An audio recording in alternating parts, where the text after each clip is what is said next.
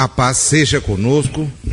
É muito séria a oportunidade que nos é concedida de conhecer. Evidentemente que o conhecer sem o aplicar torna ainda mais séria a nossa situação. Daí porque, tenho certeza, todos nos empenharemos sempre em acertar. O dia de hoje nos reserva o estudo das últimas questões do capítulo 1 desta parte 4 das Esperanças e Consolações. O capítulo nos fala das penas e gozos terrestres e a temática de hoje nos leva a dois assuntos muito sérios: o desgosto da vida e o suicídio. E isto porque muitos de nós, não tão raramente como deveria e nem ao menos deveria acontecer, dirige-se a Deus manifestando o desgosto pela experiência reencarnatória. Muitas vezes lamentamos estar onde estamos, na companhia de quem nos encontramos, e o fazemos de maneira como nos explicam os espíritos, incorreta. Exatamente porque, se detemos alguma espécie de consciência acerca da nossa situação evolutiva, somos os que pedimos as oportunidades que presentemente estamos usufruindo. E o desgosto que muitas vezes demonstramos em face da existência é um desgosto relacionado a coisas de natureza transitória. São as reveses que o caminho nos traz, mas todas úteis ao objetivo da nossa própria reencarnação. Já é frequente aqui nos valermos dessa mesma expressão. Nós estamos reencarnados para cuidar dos nossos espíritos e não para o acúmulo de bens, não para a fruição de vantagens. A reencarnação é uma bênção que os espíritos pedem a Deus, de maneira a demonstrar, quando podem, a sua capacidade de autossuperação. Assim, meus amigos, diante das dificuldades do caminho, que nada mais são do que a colheita da semeadura livre que fizemos e fazemos na vida, só nos resta guardar resignação e cumprir a tarefa que nos cabe. Infelizmente, alguns há que, diante das dificuldades por eles próprios semeadas, resolvem desistir da jornada reencarnatória e buscam no suicídio um agravamento extremo para a sua própria situação evolutiva. Não seria oportuno começar pelo fim? Nós sempre aqui destacamos, era tão bom começar pelo começo, né?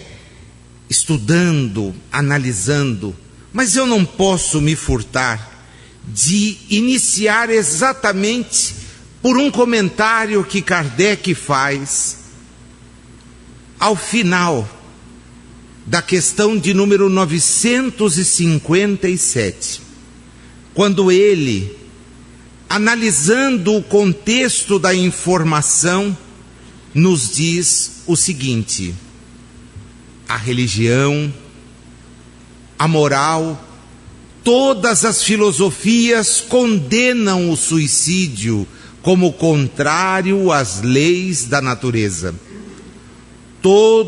Todas nos dizem, em princípio, que ninguém tem o direito de abreviar voluntariamente a vida.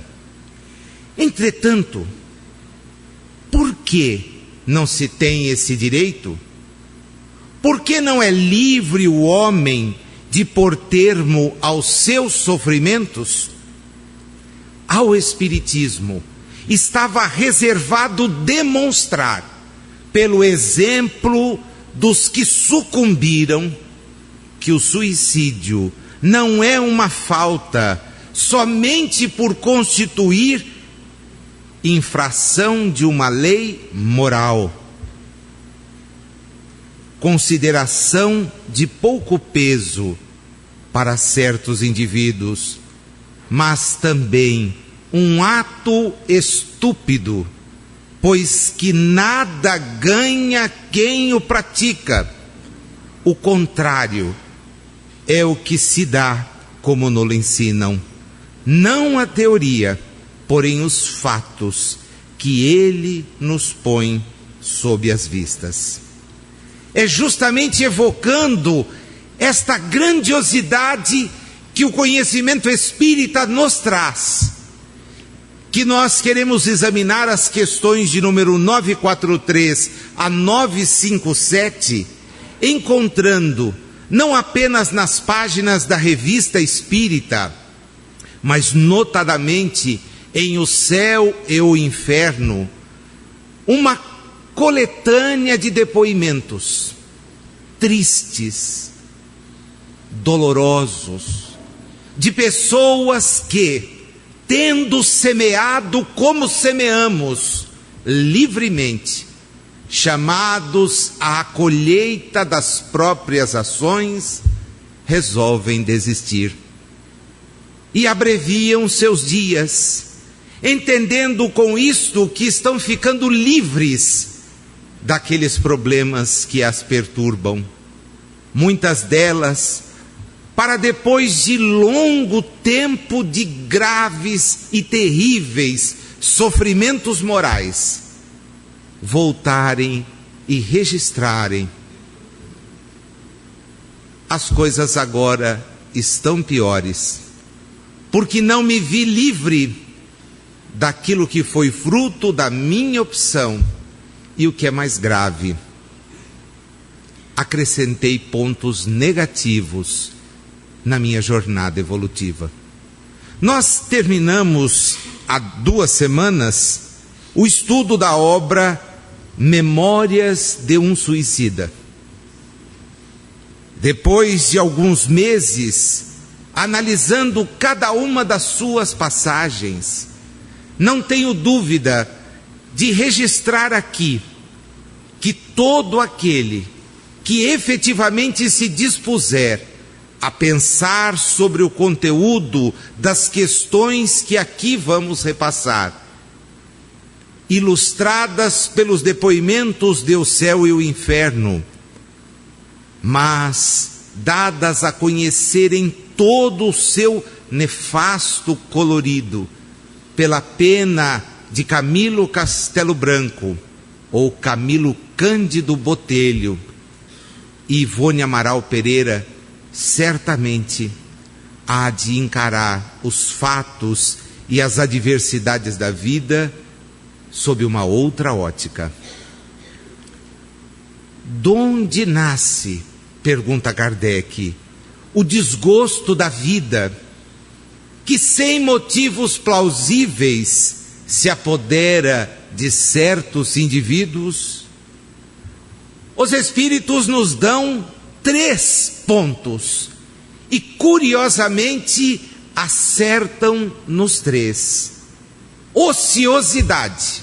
Sim, há muita gente amando o ócio e não é de hoje. Falta de fé. Curiosamente também, porque ao invés de se acreditar na divindade no seu sentido mais efetivo, a inteligência suprema, somos às vezes conduzidos à crença em divindades que são piores do que os homens, e da saciedade. Ocioso, sem nenhuma fé e saciado.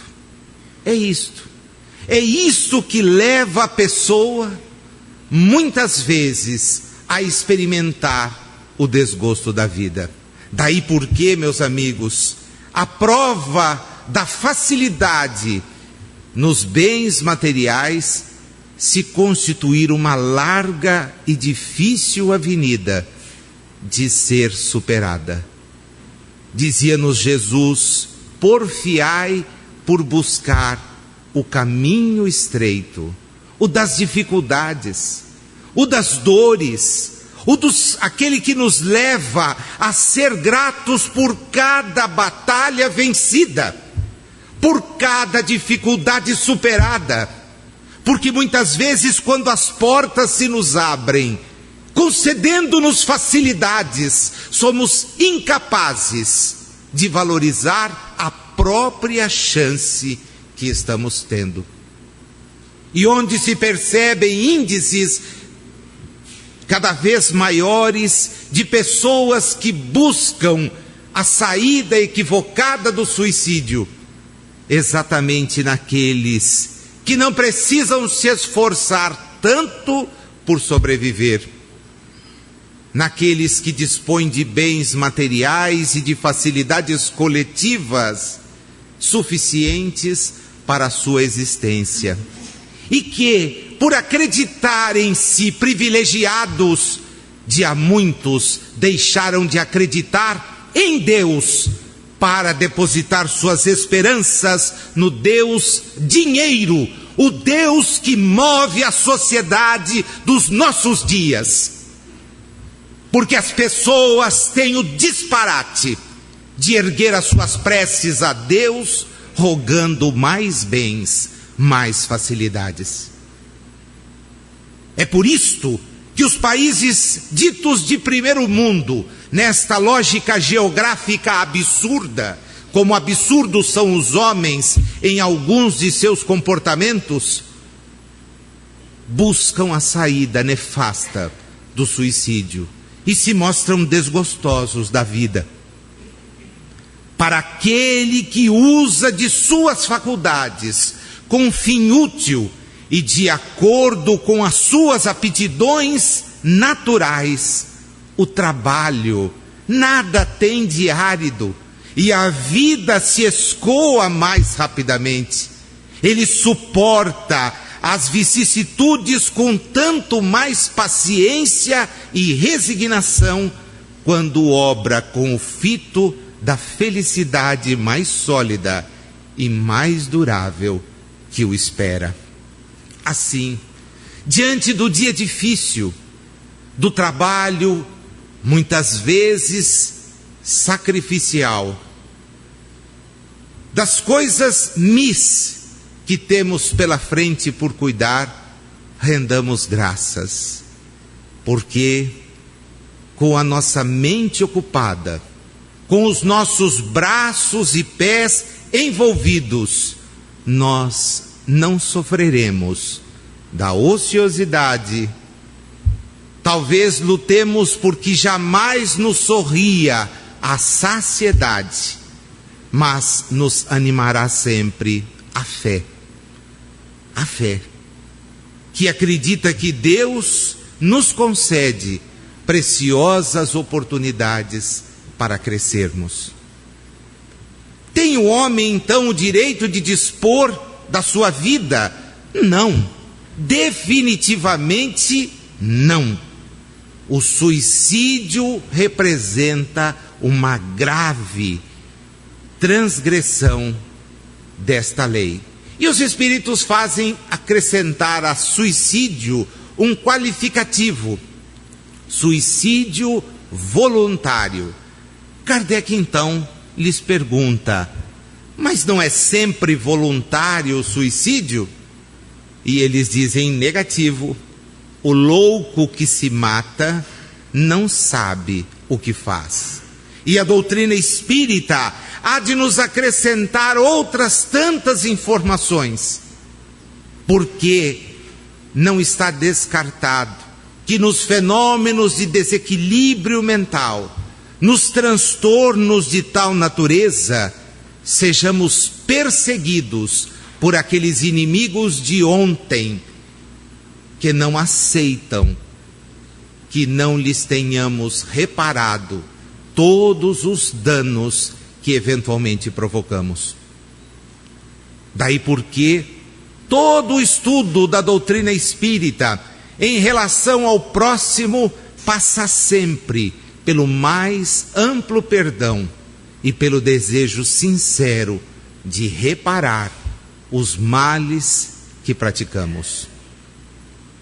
Que se deve pensar do suicídio, que tem como causa então o desgosto da vida? É o ocioso, aquele que eventualmente tem tudo, aquele a quem a falta de fé é uma constante, efetivamente olha à sua volta e, por término aos dias, lhe parece uma atitude até sensata. Mas os espíritos dizem exatamente o contrário. São insensatos. Por que não trabalhavam? A existência não lhes teria sido tão pesada. Quer dizer que quer dizer que na hora que a coisa apertar, nós devemos buscar trabalhar. Mas, Nazil, eu já trabalho um horror para a subsistência. Então, quem sabe não dá para equilibrar um pouquinho e trabalhar um pouquinho, pensando um pouco na essência. Porque as pessoas trabalham diuturnamente, pensando no conforto de natureza corporal. E nós estamos aqui para lutar também pela nossa melhoria espiritual. O trabalho voluntário, o trabalho prestado em favor de alguém que está numa situação objetiva muito pior do que a nossa. O trabalho encetado em favor daqueles que não poderão nos dizer nada além do que às vezes um muito obrigado. Essa é a razão de encontrar um sentido para os anos que nos detêm na experiência reencarnatória. Kardec continua. E do suicídio, cujo fim é fugir àquele que o comete às misérias e decepções deste mundo? Pobres espíritos, eles não têm coragem de suportar as misérias da existência, esquecendo-se de que Deus ajuda aos que sofrem e não aos que carecem de energia e de coragem.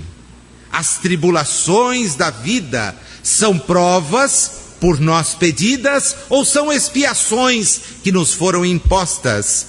Felizes os que as suportam sem se queixar. E aqui a gente é pego, né? Porque basta um leve solavanco e nós já estamos nos queixando. Violentamente. O sujeito na hora já desfia, aquele rosário. Imagina, joguei pedra na cruz. Era um dos que estava lá na Via Crucis, como se para estar lá não tivesse que ter mérito. Mas o sujeito se autopromove. Eu estava lá, é por isso que hoje eu sofro desta unha encravada. É verdade, deve ser mesmo. Alguém, outro dia, me mandou uma dessas boas imagens da internet, porque ela está repleta de baboseiras, como baboseiras repletam as mentes de espíritos desocupados. Mas ele mandou alguém que plantava beterrabas e as colhia, numa alegria que me fez parar e prestar atenção no vídeo. O depoimento não estava em português, percebia que era alguém de um país nórdico que falava com uma alegria imensa por estar ali naquele campo de beterrabas, colhendo-as numa alegria imensa. A câmera então se fecha e num ângulo que nos permite ver que sem as duas pernas aquele homem trabalhava, sorrindo. Usava uma vestimenta que lhe protegia o tronco, porque ele só tinha mesmo do tronco para cima. E arrastando-se no meio de todo aquele campo, ele agradecia a Deus a oportunidade de estar sendo útil a si mesmo e àqueles que iriam comer o fruto do seu trabalho. E tanta gente com duas pernas extremamente sadias, que anda em busca de banquetas para esticá-las, alegando cansaço. É vergonhoso como não sabemos valorizar a oportunidade de servir. Vergonhoso. Que alegria naquele rosto. E vejo pessoas tristes porque alegam que não conseguem carregar o peso das próprias pernas. Quem sabe numa outra, sem as mesmas, seja possível aprender a valorizar. Porque o Espírito pede desafios. E quando os desafios não conseguem ser vencidos, talvez o requerimento seja deferido. E lá estamos nós, mutilados aos olhos do mundo, mas felizes por estarmos dando conta da nossa autossuperação. Facilidades são para nós muitas vezes a perdição. Os que acham conduzido um desgraçado a um ato de desespero sofrerão as consequências de tal proceder? Não resta dúvida, dizem os espíritos, responderão como se tivessem cometido um assassinato. E Kardec tem a chance, na Revista Espírita de maio de 1862, de trazer um relato de um suicídio. O padeiro desumano. A história trazida no jornal da Prússia Renana, de 25 de janeiro de 1862, e reproduzida em Paris, em 4 de fevereiro do mesmo ano, fala de uma pobre viúva, mãe de 3 filhos, que ingressa em uma padaria e pede insistentemente que lhe vendam um pão fiado. A viúva reduz o pedido a meio pão e, por fim, a uma única libra de pão, apenas para seus filhos famintos. O padeiro recusa e, ainda por cima, deixa o lugar e vai para o fundo da própria estabelecimento. Crendo não ser vista, a mulher toma um pão e sai correndo. Mas o roubo, na verdade o furto, imediatamente descoberto, é denunciado à polícia.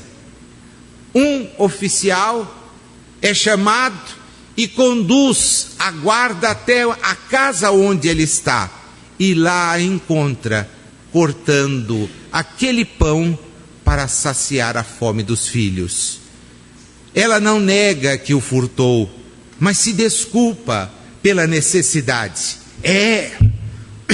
Essa é a coisa dos nossos dias. Furtam-se muitas vezes milhões, mas um único pão poderia conduzir uma mulher à cadeia. E ela, desesperada, diante da condução coercitiva, pede licença. Vai trocar a roupa, porque não volta, a porta é aberta e ela é encontrada então morta. Havia se suicidado com a mesma faca com que cortava o pão para os filhos. Kardec, através do Sr. D'Ambel, tem a oportunidade de ouvir os espíritos a respeito do assunto. E eles dizem da dificuldade que aquela mãe enfrenta e enfrentará pelo gesto que tomou a iniciativa de buscar. Mas Lamennais, por intermédio de uma outra médium,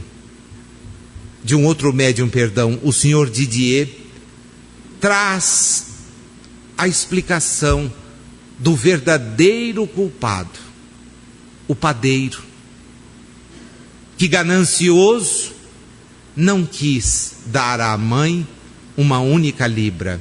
Ela estava errada, sim, cometer o suicídio, mas ele teria muito o que expiar. Na 947, pode ser considerado suicida aquele que a braços com a maior penúria se deixa morrer de fome? Não é regime, tá? O sujeito simplesmente resolve parar de comer. E os espíritos dizem, é um suicídio. São mais culpados do que ele os que, porém, não o impediram de buscar esta saída extrema, porque falta solidariedade social. As pessoas ajudam, sim, mas só por descargo de consciência. E tem muita gente alegando a crise para não dar um pedaço de pão a quem bate na porta. Ah, é a crise. Que crise? O sujeito está ali se fartando. Toma remédio para conter o apetite. Fica buscando alternativas para a sua própria alimentação. E diante de alguém faminto à porta, tem a coragem de alegar crise. Só se for moral. É a crise moral que faz com que nós tenhamos despensas, armários cheios, enquanto muitos perambulam sem nada. Tem gente imaginando que nós teremos uma hecatombe de tanta coisa que guarda até perder a validade. Mas guarda, não posso repartir. E se faltar para mim amanhã? Cuidado, às vezes os espíritos nos respondem: se for desses homens em que o orgulho anula os recursos da inteligência, que corariam de dever a existência ao trabalho de suas mãos e que preferem morrer de fome a renunciar ao que chamam sua posição social, é um grande culpado. Não haverá 1000 vezes mais grandeza em lutar, e dignidade, em lutar contra a adversidade, em afrontar a crítica de um mundo fútil e egoísta, que só tem boa vontade para com aqueles a quem nada falta e que vos volta as costas assim que precisais dele. Sacrificar a vida à consideração desse mundo é estultícia, porquanto ele a isso nenhum apreço dá. Nós já estudamos aqui nas questões 707 e seguintes, na lei de conservação, que todos precisamos nos empenhar em nos mantermos reencarnados. Que temos o dever, assim, cruzar os braços e esperar a morte, para não ter que lutar pela sobrevivência, é efetivamente algo muito grave. E tenho certeza que daqui ninguém nunca pensou numa situação assim. Mas há os que pensam. E há mesmo aqueles que, em razão da gravidade da situação em que estão inseridos, que vão aos poucos se desanimando. Quando lemos no Evangelho as páginas relativas à caridade, está muito claro que a caridade não é atender aquele que nos pede somente, mas é ir de encontro aos problemas que nós sabemos existem. Não devemos esperar ser procurados. Precisamos nos engajar em oportunidades que levem a estes que são desprovidos de recursos para sobreviver algum tipo de lenitivo. E hoje, meus amigos, nós nem temos em nosso benefício a ausência do conhecimento das dores dos que sofrem. Basta reter-se alguns instantes diante de uma imagem, pela TV, pelos meios de comunicação, através da internet, e nós seremos chocados com as dores que visitam nossos irmãos em humanidade. E somos todos irmãos, na exata medida em que muitas vezes usamos como prece o Pai Nosso. Ao nos dirigirmos a Deus, tendo-o por Pai de todos nós, somos corresponsáveis, sim, pela dor. Bom, Nazil, mas eu não tenho como fazer alguma coisa para quem está longe. Ótimo, mais um motivo para fazer por quem está perto. Se não podemos minorar o sofrimento na África, não podemos diminuir a dor daqueles que estão em situações de litígio, nós podemos estender as mãos aos que nos vizinham, os que de nós se avizinham. Na 948, é tão reprovável como o que tem, por causa do desespero, o suicídio daquele que procura escapar à vergonha de uma ação má. E há culturas que valorizam esse tipo de processo. O sujeito que comete um desatino pede desculpas e se mata. As sociedades em que empresários que causam prejuízo, políticos que trazem problemas, assim agem. O suicídio, escrevem os espíritos, não apaga a falta.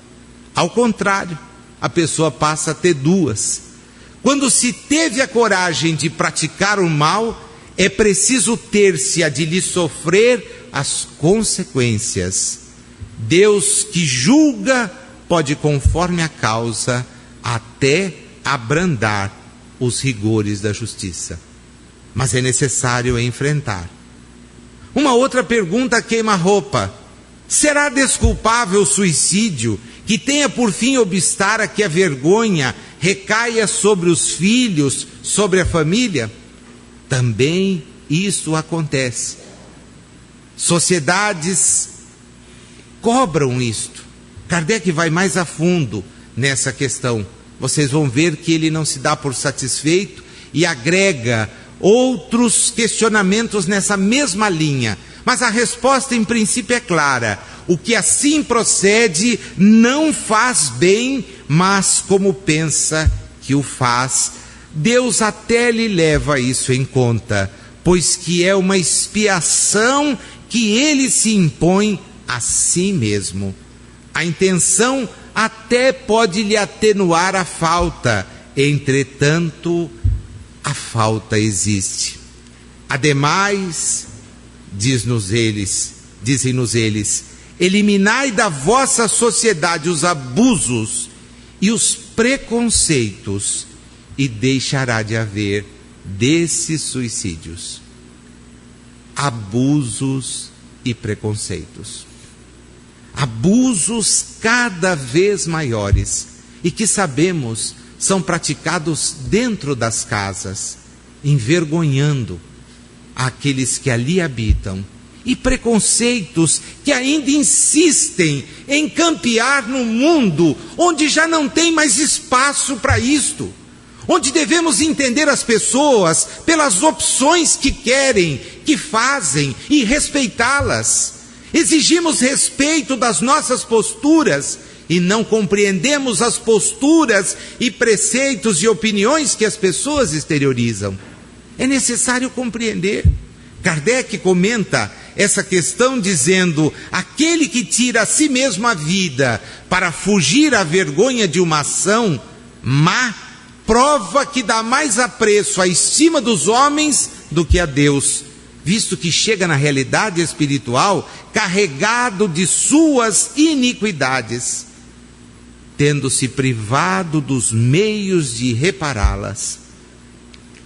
O suicida nada repara, pelo contrário, agrava a sua própria postura.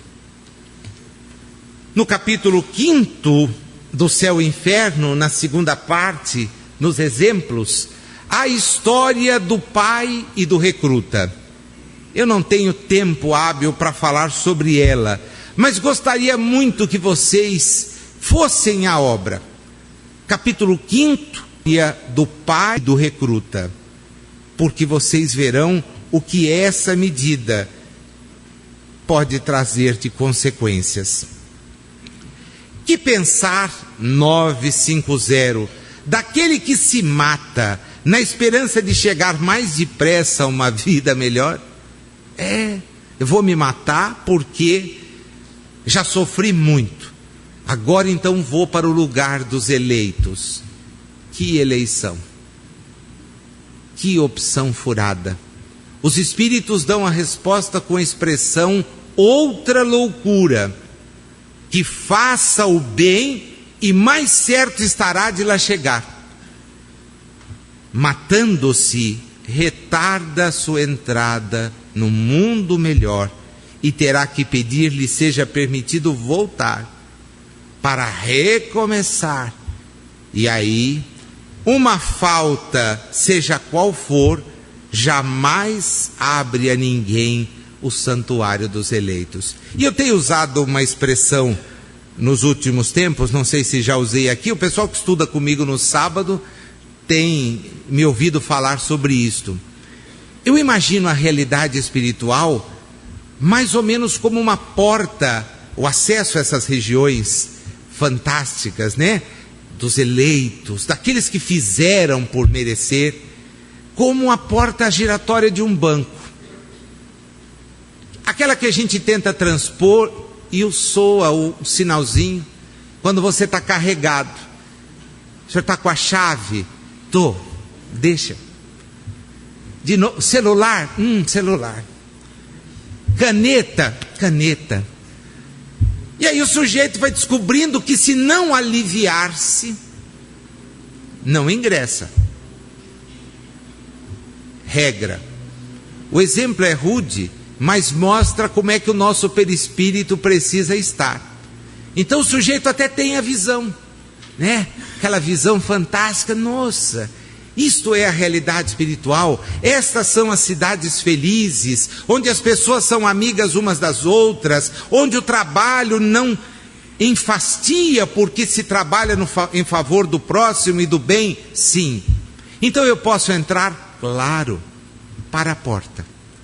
E aí o sujeito vai na porta. Ao primeiro apito, precisa retornar. Para tirar alguma coisa, sim. Todo esse peso que o senhor traz consigo, né? A preocupação com as coisas terrenas, etc. Eu tenho a impressão que depois da 5ª tentativa, a gente já nem se aproxima mais da porta. E não pensa que é a 5ª tentativa no mesmo dia. É a 5ª tentativa reencarnatória. O sujeito vem, volta e apita, vem, volta e apita. Quando chega lá já fala, onde está a fila? Ali, estou de volta, né? E retoma. Sem reclamar, né? Quando a gente aprender a fazer isto sem murmurar, é um grande sinal. Já vão nos deixar passar alguns dias, mas ainda presos a esse processo de nos melhorarmos. Na 951, não é às vezes meritório o sacrifício da vida, quando aquele que o faz visa salvar a de outrem, ou ser útil aos seus semelhantes, poxa, então eu posso me empenhar em favor do próximo e com isso vir a colher eventualmente a minha desencarnação. Seria isto o suicídio? Os espíritos explicam: conforme a intenção, não. O sacrifício da vida não constitui suicídio. Deus, porém, se opõe a todo sacrifício inútil e não pode ver com bom grado, se tem orgulho, a manchá-lo. Só o desinteresse torna meritório o sacrifício, e não raro quem o faz guarda oculto um pensamento que lhe diminui o valor aos olhos de Deus. Kardec então comenta: todo sacrifício que o homem faça à custa da sua própria felicidade é um ato de mérito, porque pratica a lei de caridade. Ora, sendo a vida o bem terreno a que maior apreço dá o homem, não comete um atentado a ela quem se empenha.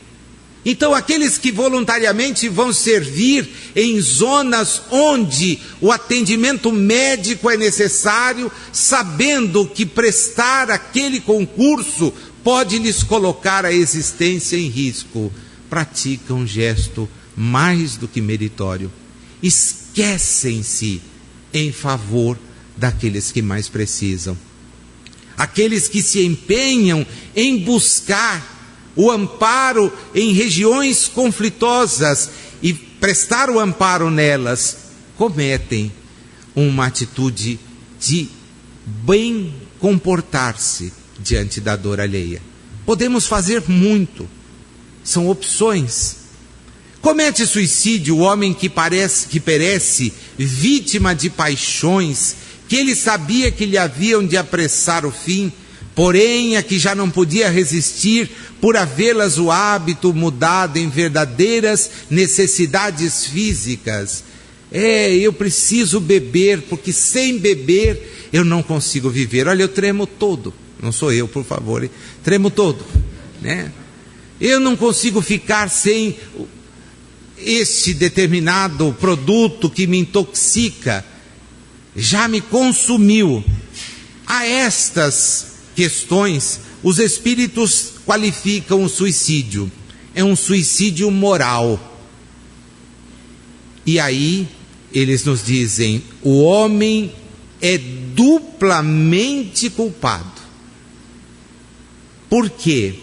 Falta-lhe coragem e ele é besta. Eles chamam de bestialidade, além de se esquecer de Deus. Quer dizer, aí Kardec pergunta: mas não será mais ou menos culpado do que tira a vida a si mesmo, a vida por desespero? Eu falo: olha, presta atenção, um camarada que se dedica às paixões é mais culpado porque tem tempo de refletir. E se ele não o faz instantaneamente, há muitas vezes uma espécie de desvairamento, uma coisa de loucura. Agora o outro será muito mais punido. Por quê? Porque tem consciência de que é culpado. 953. Quando uma pessoa vê diante de si um fim inevitável e horrível, será culpada se abreviar de alguns instantes os seus sofrimentos, apressando voluntariamente a sua morte? E eu me lembro do Richard analisando essa questão no seu livro Suicídio, tudo aquilo que você precisa saber. E ele toma por norte um caso que, do ponto de vista espírita, foi objeto inclusive de uma produção cinematográfica. Joelma, 23º andar. Diante do incêndio, da ausência de saídas, o espírito Volkmar que faz o depoimento que acaba sendo o norte de uma belíssima mensagem e que depois inspira o filme, resolve sentar-se ao lado de uma companheira daquele dia tão terrível e juntas aguardam o instante da morte em prece, enquanto outros se atiram desesperados. É bem verdade que o desespero da situação pode servir de atenuante, mas os espíritos são categóricos. É sempre culpado aquele que não aguarda o termo que Deus lhe marcou para a existência. E quem poderá estar certo de que, malgrado as aparências, esse termo tenha chegado? De que um socorro inesperado não venha no último momento? E Kardec então pergunta: tudo bem, concebe-se que nas circunstâncias ordinárias o suicídio seja condenável, mas estamos figurando o caso em que a morte é inevitável, e em que a vida só é encurtada em alguns instantes. Ué, se é encurtável em alguns instantes, é falta de resignação e de submissão à vontade de Deus. E ele então fica mais ainda curioso. Quais nesse caso então as consequências? Ora, uma expiação proporcionada como sempre à gravidade da falta e de acordo com as circunstâncias. Lá no Evangelho, no capítulo 5, item de número 28, há uma pergunta endereçada a São Luís: será lícito abreviar a vida de um doente que sofra sem esperança de cura? E São Luís é categórico: há que se aguardar. Não há licitude na conduta que tenta abreviar qualquer dia. E na Revista Espírita de fevereiro de 1866, no naufrágio de Boris-Tien, nós temos o relato exatamente de uma situação assim, em que alguém se precipita, imaginando que o socorro não chegaria, e ele chega. Suicídio. Será condenável uma imprudência que compromete a vida sem necessidade? É a 954. Não há culpabilidade quando não há intenção ou consciência perfeita da prática do mal. 955. Podem ser considerados suicidas e sofrem as consequências de um suicídio as mulheres que em certos países se queimam voluntariamente sobre os corpos dos maridos. Essa era uma prática em alguns países asiáticos. Mas pasmem vocês, as mulheres não faziam isso por livre e espontânea vontade. Os costumes é que levavam a que fossem colocadas sobre a pira onde ardiam os corpos de seus maridos. E não tinham nem chance de comemorar, né? Ele se foi. E elas eram obrigadas ali a serem queimadas. Hoje em dia, uma coisa dessa é tão bárbara e estúpida, como dizem os espíritos, que não há nem que se pensar. Imagina, né? Morreu, até logo. Seja feliz, viúvo é o que parte. O outro continua a existência, tem mais o que fazer. Imagina que absurdo, que sociedade sem nexo. Colocar a mulher sobre o corpo do marido e incinerar os dois. É uma coisa assim, sem comentários, né? Alcançam o fim objetivado aqueles que, não podendo conformar-se com a perda de pessoas que lhe eram caras, se matam na esperança de ir juntar-se-lhes. Aí a coisa é diferente. E há um caso, retratado na Revista Espírita, que é de uma beleza e de uma tristeza imensa. A mãe que, não podendo suportar a possibilidade do filho vir a morrer, se mata na esperança de vir encontrá-lo, antecipar o reencontro. Ambos são chamados na sociedade espírita. E o depoimento de ambos está lá no capítulo 5º, segunda parte do Céu e Inferno, uma mãe e seu filho. Como é dolorosa a situação daquela mulher. Como é triste perceber que ao tomar a atitude, no desejo de estar ao lado de Benjamim, seu filho, que também comparece, ela se afasta dele por muitos séculos, como ele próprio revela. E ela, aturdida, dá um depoimento que sinceramente nos leva às lágrimas, por percebermos o quanto que o conhecimento às vezes nos conduz, a falta dele nos conduz a esse tipo de atitude. Por fim, na 957, quais em geral, com relação ao estado do espírito, as consequências do suicídio? Muito diversas são as consequências, não apenas determinadas, e em todos os casos correspondem sempre às causas que o produziram. Há uma consequência, porém, a qual o suicida não pode escapar: a do desapontamento. A sorte, porém, não é a mesma para todos, depende das circunstâncias.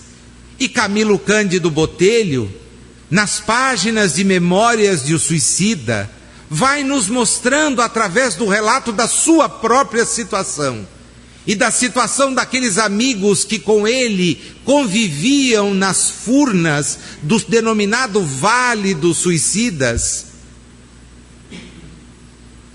o como a misericórdia divina nos permite a chance de primeiro entender que o ato que praticamos foi insano, e segundo, de nos dispormos a ajustar a nossa conduta enfrentando as adversidades. O depoimento que ele nos presta é lindíssimo, profundo, repleto de informações que somente o Espiritismo poderia trazer.